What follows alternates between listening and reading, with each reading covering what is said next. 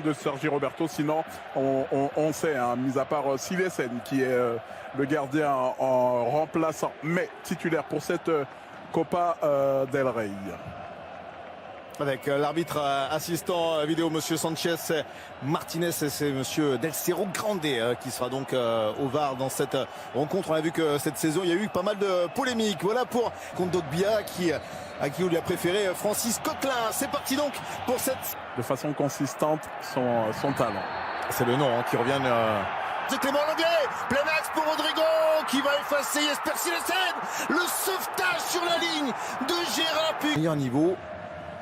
Coutinho, déviation pour Jordi Alba face à le FC Barcelone. Et là, il doit conclure. Il doit conclure absolument. Mais quel sauvetage de la part de Piqué. Il doit de réagir avec ce une de Coutinho qui cherche encore la petite déviesse. Travaille avec Gamero, avec Rodrigo. Il y a de la vitesse, même si vous en parliez en avant-match, il y a ce petit péché, ce petit défaut dans la finition. Ouais. Et là, on a cette fois, il a cherché le bon rideau. Voilà, justement, la bonne passe qui a amené un petit peu placé devant lui.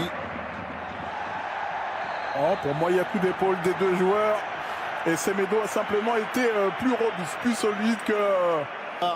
Attention avec Messi qui est parti, Messi qui résiste à Parero, Messi qui frappe et qui n'accroche pas le cadre de Domenech sur cette frappe contrée par la défense valencienne. Oui, danger parce que Messi réussit à... Oh, c'est dangereux ça. Attention avec le centre hors du sol, le contrôle derrière Kevin Gamero qui prend le temps d'ajuster finalement, d'ouvrir le score. Kevin Gamero qui est donc décisif, qui n'a pas raté, plein de sang-froid cette occasion offerte, c'est largesse de la défense catalane. Et voilà Valence qui mène 1-0. Vous avez raison de parler de sang-froid, Lilian.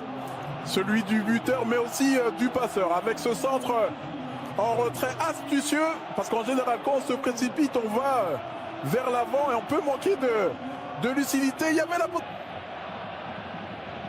Alors on va revoir la facilité avec laquelle il efface le retour de Jordi Alba. Il est remplacé numériquement Mounir El Haddadi qui était parti du côté du FC Séville en tant que doublure, mais Kevin Prince Boateng n'a pas convaincu les dirigeants catalans.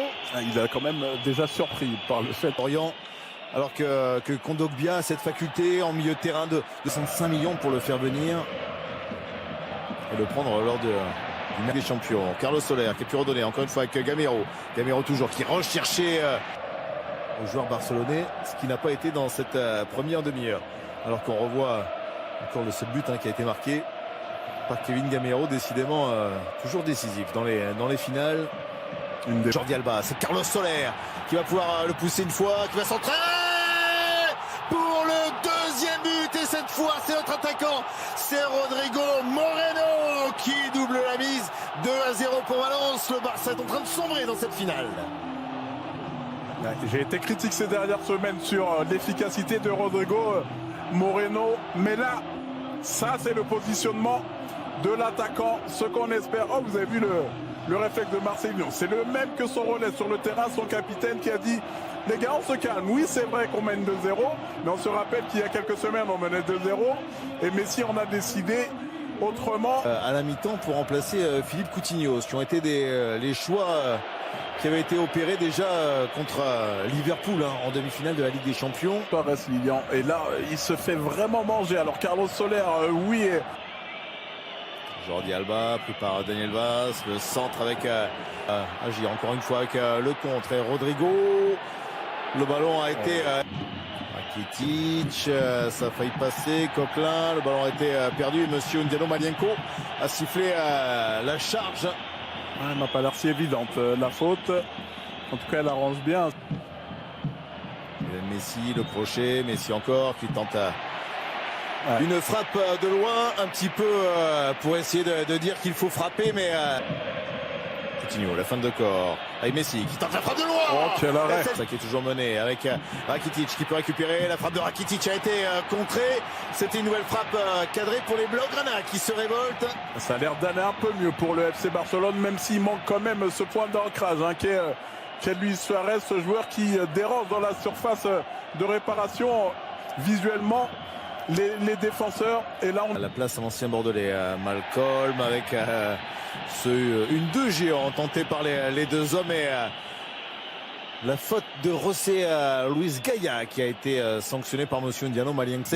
C'est Messi qui va tirer le coup franc, un ballon qui ne décolle pas mais qui aurait pu qui laisse le ballon à Messi. Messi derrière qui rentre sur son pied gauche, qui frappe. Les couples se forment sur les corners. Celui-là de corner était un petit peu fort. A trouvé la tête de Gérard Piqué qui proteste avec véhémence, estimant qu'il a été tiré, empêché de sauter par Ezequiel Garay. Trouver de la place également pour Antoine Griezmann aux côtés de Suarez, de Messi, de Del prix avec Coutinho. Sur le marché actuel, même s'il y a eu une forte inflation, il ne vaut pas 165 millions. Et il faudra être décidé à perdre quelques dizaines de millions. Puisque le Barça match est comme par hasard. C'est face à un attaquant, quelqu'un qui sait quand attaquer, écarter. C'est Barcelone. Et ce coup franc, encore une fois, tiré par Messi. Et de Barcelone qui ne réussit pas à réduire l'écart, contré par le poteau. Ouais, tout le génie de Lionel Messi. D'abord la conduite de balle, mais la surprise qui vient de donner avec cet extérieur du pied. On s'attend à ce qu'il dribble une dernière fois le relais. Il sait que le ballon va lui revenir. Ce petit ballon piqué, l'enchaînement pour effacer. Combine et amène à plus de danger que ne le faisait de Carlos Soler. Rodrigo, une fois, deux fois, il vient ensuite à buter sur Sergio Busquets. C'est carton jaune sorti par monsieur Ndiano Malienco. Il n'est pas d'accord, le milieu de terrain, le champion du monde espagnol. Allez, voilà, tout le monde a bien. Dani Pereiro qui s'élance, encouragé par le public et effectivement un petit peu trop sur l'arrière dans cette glissade et il n'accroche pas le cadre. Je dis un jeune joueur mais intelligent, bon QI. Ils ont réussi lors de la dernière journée à Valladolid à la conserver. Rodrigo, le décalage, Carlos Soler au centre et cette fois Clément Lang. Et là, je pensais au centre entrée, possibilité. Mais Gérard Piqué qui porte ce ballon, c'est en aucun cas la solution, hein, sauf être sûr de briser les lignes. Mais là, c'est simplement porter pour porter. Oh là là, il y a un carton, donc est-ce que le jaune c'est le minimum, hein, vraiment, parce qu'il ne va pas du tout vers le ballon. Avec Messi qui va mettre le ballon dans la surface de réparation. Il n'y avait pas grand monde. Allez, la provocation qui part de loin. Malcolm, le crochet, Malcolm derrière avec la tentative et l'avant-centre de ce FC Barcelone dans cette fin de finale. C'est Gérard Piqué. Tant que ces Barcelonais n'arrivent pas à se procurer des occasions. C'est bien. Les contrées. Corner Malcolm, la tête, le poteau et Messi qui était à la retombée.